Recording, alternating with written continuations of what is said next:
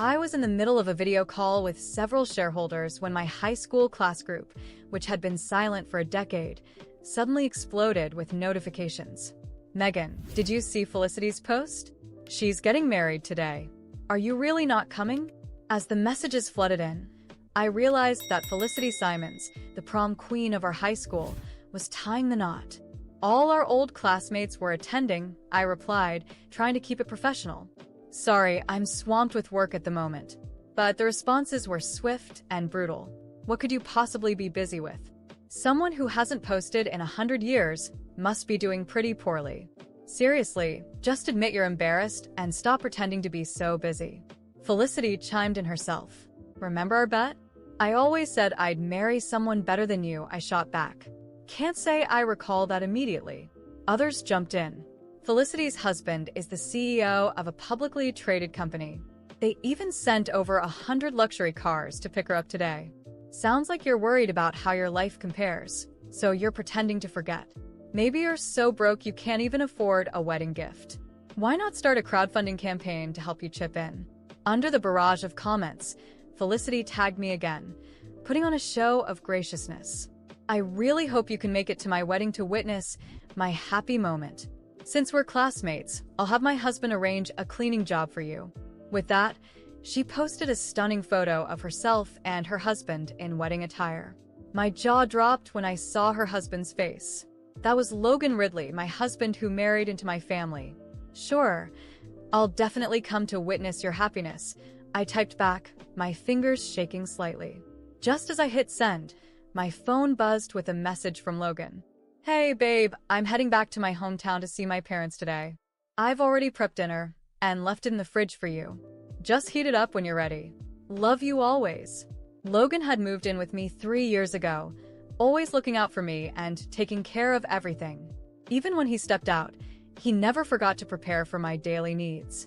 I used to be touched by his thoughtful gestures, but now all I felt was a sense of absurdity. I abruptly ended the video call and drove to the address Felicity had shared in the group.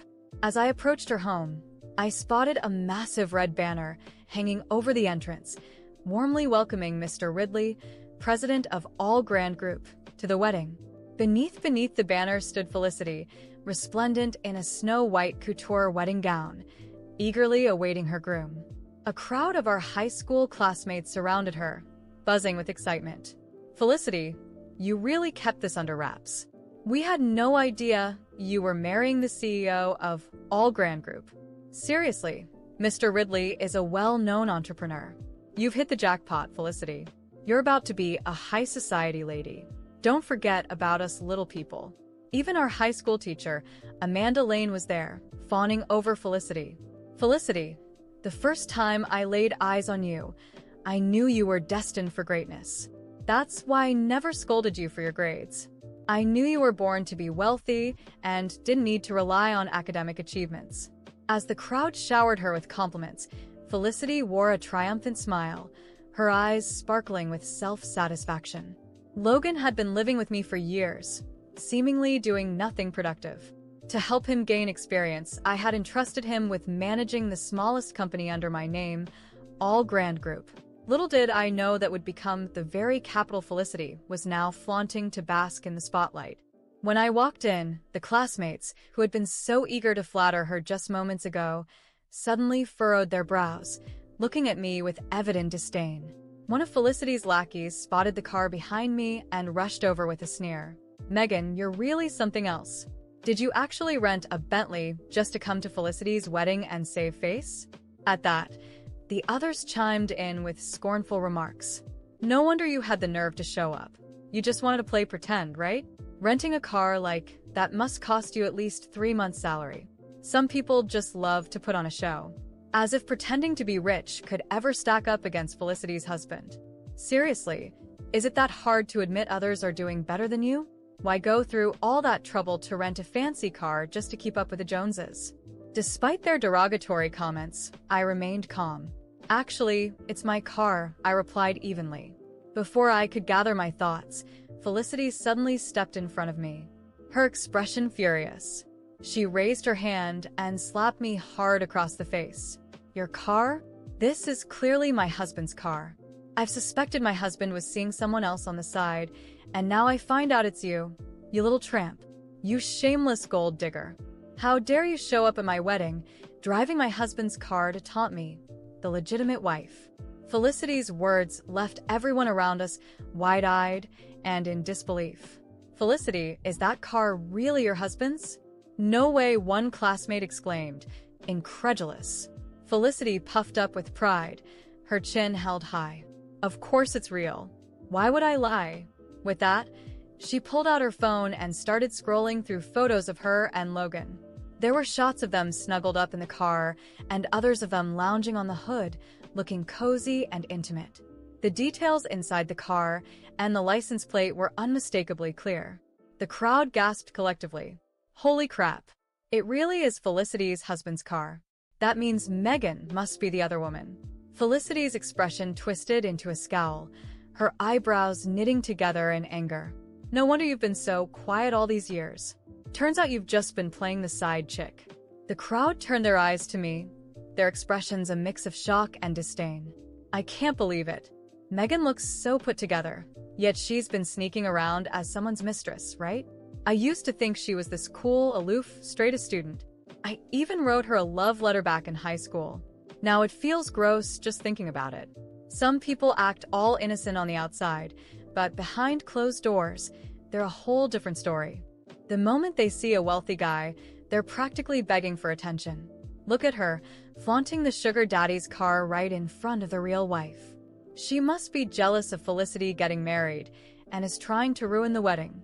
Even Amanda looked at me with contempt, her voice dripping with disdain. Megan, when you're out in public, please don't mention that you were my student. I never taught anyone with such a lack of morals. The crowd's chatter turned into a frenzy, drawing in onlookers who pointed fingers and whispered. Some even took out their phones to record while others spat in my direction. In a fit of anger, I ripped off my designer coat, which was worth tens of thousands of dollars, and tossed it into a nearby trash can. I turned to face Felicity, my voice steady and fierce. You should really ask Logan who the real mistress is before you start throwing accusations around. Once I finished, Felicity slapped me hard across the face. Do you really need to ask? Today is my wedding day with Logan. Can't you see that? She pointed angrily at my car, her voice rising. I absolutely despise mistresses. All of them deserve to be punished. With that, she pulled out a key and scratched the words Mistress Di across my car's paint. I glanced at the glaring letters, a chill running down my spine. You'll soon realize just how ironic those words are. Felicity's anger boiled over you shameless hussy. You're stealing my husband and then mocking me. Just thinking about my husband's car being driven by a skank like you makes me sick. With that, she picked up a brick from the ground and began smashing it against my car. She hit the windows, the headlights, the hood. Nothing was spared. Felicity is going to be the future First Lady of all Grand Group. We can't let her be bullied by a lowlife like Megan. Someone in the crowd shouted. Suddenly, everyone started grabbing anything they could find to join in the destruction. After smashing the windows, they even climbed inside, vandalizing the seats and interior. My once pristine luxury car was quickly reduced to a heap of wreckage. I watched these lunatics with a cold glare. I hope when it comes time for you to pay for this mess, you'll be just as eager to take responsibility. But my words fell on deaf ears. They acted like I was invisible. Just then, one of Felicity's lackeys pried open the trunk and shouted, "Hey, look. She's got a bunch of cool stuff hidden back here." Felicity stepped closer, pulling out a painting with a scornful smirk. A sleazy woman who makes a living off her body trying to play connoisseur with a collection. Give me a break. I couldn't help but issue a warning in return. These items are worth far more than my car, especially that painting. I'd advise you to be careful. The contents of my trunk were prized acquisitions from auctions that I hadn't yet found a place for. Felicity's anger flared further at my words. It's a desecration for a creature like you to own such a masterpiece. You're trash. And you deserve to own nothing but trash. I stood there for a few more minutes, watching Felicity, surrounded by our former classmates. They were laughing, boasting, and exchanging smug looks, completely unaware of what was coming. Every insult, every little smirk fueled the rage boiling inside me. They had made a big mistake. They messed with the wrong person. I took a deep breath, feeling the taste of revenge lingering on my tongue. This time, I would savor every moment. When I returned to my wrecked car, I wasn't bothered by the broken glass or the scratches on the paint. In the trunk, along with the folder containing all the company documents, were valuable items, auction paintings, and rare antiques. I knew their worth, and soon, Felicity and the others would learn the hard way. I grabbed the folder and walked away without looking back. Their laughter and sneering remarks still echoed, but they no longer touched me. They were going to pay dearly. When I arrived home, everything Logan had meticulously prepared felt like a cruel joke.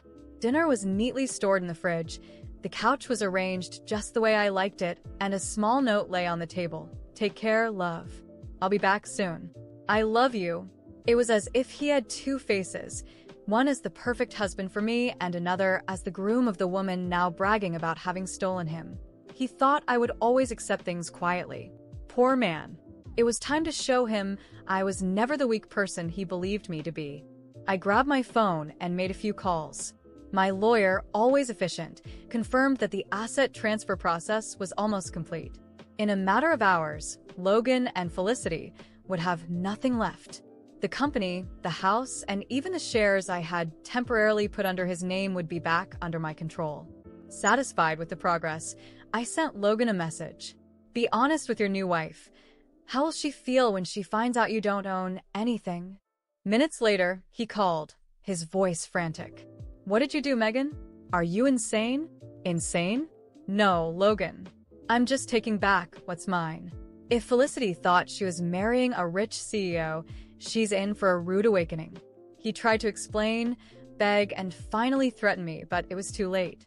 I hung up on him without hesitation. With every passing minute, my control over the situation grew stronger, and soon, he and Felicity would be standing in the ruins of their own making. The next morning, I woke up early and went to the office of the company Logan was managing. I walked in confidently, and within minutes, I made the announcement that would end his reign. As of today, all operations are back under my control. Logan Ridley is officially removed from any position within all Grand Group. The employees were stunned. There were whispers and surprised glances, but no one dared to challenge me. They knew who I was, and more importantly, they knew my power was real. Before leaving, I issued a press release to the local media announcing that Logan and Felicity no longer had any association with the company. Now, in addition to being broke, they would be left without credibility. That afternoon, while I was finalizing some more details, I received an unexpected call from one of our former classmates who had attended the wedding. "Megan, you won't believe it. Felicity is losing it. She just found out Logan doesn't own anything and is throwing his stuff onto the street." I smiled to myself, satisfied. This was exactly what I had anticipated. Felicity, the woman who believed she had won it all, was now discovering that her marriage was built on a lie. I decided to drive over and witness the spectacle firsthand. When I arrived at their house, the scene was even better than I had imagined. Felicity stood in the middle of the sidewalk, screaming and hurling suitcases at Logan, while he desperately tried to explain himself. "You useless liar. You tricked me," she screamed, tears of rage streaming down her face. "I can explain, Felicity. It's all a misunderstanding," Logan pleaded. But there was no turning back. Neighbors gathered to watch the commotion, some recording with their phones, and I approached silently, savoring every second of their public humiliation. "I told you to ask who the real mistress was, Felicity," I said, cutting into the chaos. She shot me a look full of hatred, but there was nothing she could do. Logan was finished, and she knew it. All the wealth she thought she had acquired was slipping through her fingers. As she continued screaming and breaking objects on the sidewalk, I turned and walked away, leaving them to deal with the mess they had created. In the following days, their downfall became headline news. Felicity was exposed as a gold digger who ended up with nothing but debts. Logan, on the other hand, was seen as a weak, manipulative man who couldn't hold onto anything. As for me, I moved on, stronger than ever. With the company back in my hands and my reputation restored, every step I took served as a reminder of who I truly was. And always, always a lesson. Revenge is a dish best served cold. I spent the following days meticulously closing this chapter of my life. News of Felicity and Logan's downfall spread like wildfire across local media. Images of Felicity crying and throwing Logan's belongings onto the street became memes, and Logan was swiftly branded as a parasite who lost everything. But my revenge wasn't complete, not yet. They needed to feel the full weight of their actions. Only then would justice be served. The first step was ensuring they could never recover. With the company and all assets back under my control, I sold off every property and stock linked to Logan's name, stripping him of any lifeline. I made informal calls to a few financial institutions, further sabotaging his chances of getting any credit. Within days, his accounts were frozen, and he was left with nothing. He was officially bankrupt. Next on my list was Felicity. Her public image was everything to her, and I knew that destroying it would be the final nail in the coffin. I hired a private investigator to uncover any dirt from their wedding and financial mismanagement. It didn't take long to find what I needed. Felicity had racked up enormous debts to fund her extravagant wedding, designer dresses, luxury cars, and over-the-top parties, all built on the false hope that she'd married into wealth. With everything in place, I began to pull the strings. Anonymously, I leaked information to the press about her reckless spending and mounting debts. Within hours, the media latched onto the scandal. Headlines like "Prom Queen's Fairy Tale Turns Nightmare," "Felicity Marries a Broke CEO and Drowns in Debt" dominated the news cycle. The fallout was immediate. Former classmates, once eager to bask in her glory, deleted photos and distanced themselves. Felicity was left alone to bear the weight of her disgrace. Meanwhile, Logan, having nowhere to turn, tried contacting me repeatedly. I blocked every call, every message, and made it clear he was no longer welcome in my life. In the end, he had no choice but to move back in with his parents, defeated and humiliated. Felicity threw him out with nothing but the clothes on his back. From what I heard, he ended up working a dead-end job far from the life he once tried to build. But there was one final touch I couldn't resist.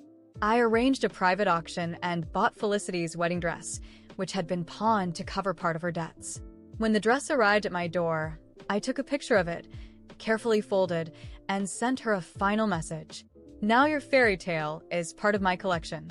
I hope it was worth it." They say revenge is sweet, but what I felt was deeper, pure satisfaction. I had reclaimed everything they tried to steal from me. The company was thriving under my leadership, and peace had returned to my life. But the best part was knowing they'd never forget what they did. Every time Felicity or Logan thought of what they once had, they'd also remember who took it all away. With everything finally in order, I closed this chapter for good. I sold the house Logan had lived in with me and bought a new apartment in the heart of the city, modern, spacious, and entirely mine. The past had no place in my new life. Now, every step I take is with the certainty that I'll never allow anyone to underestimate me again. Logan and Felicity, they are just memories, reminders of a lesson they will never forget. And as I move forward, with my company thriving and my life in perfect balance, one thing is certain: if they ever try to rise again, they will forever remain in the shadow of my victory. Today, my life is completely different, and every step I've taken has reminded me that sometimes losing is just the beginning of a true victory. The past, with all its betrayals and humiliation, feels distant, like a storm that has passed, leaving only clear skies behind. I no longer look back in anger, only with satisfaction. That experience taught me something invaluable: never let anyone define my worth, and always keep control of my own success. The company, under my leadership, not only recovered but thrived. Over the past few years, we've opened new branches, secured international partnerships, and expanded into markets Logan could never have imagined.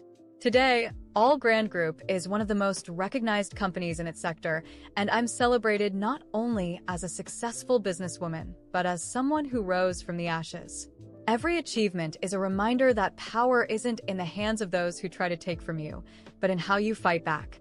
I've since bought my freedom in every sense. I moved into a modern, spacious apartment in the heart of the city with a view of the skyline. I made sure the space was entirely mine, without traces of the past, only reflecting the bright future I built with my own hands.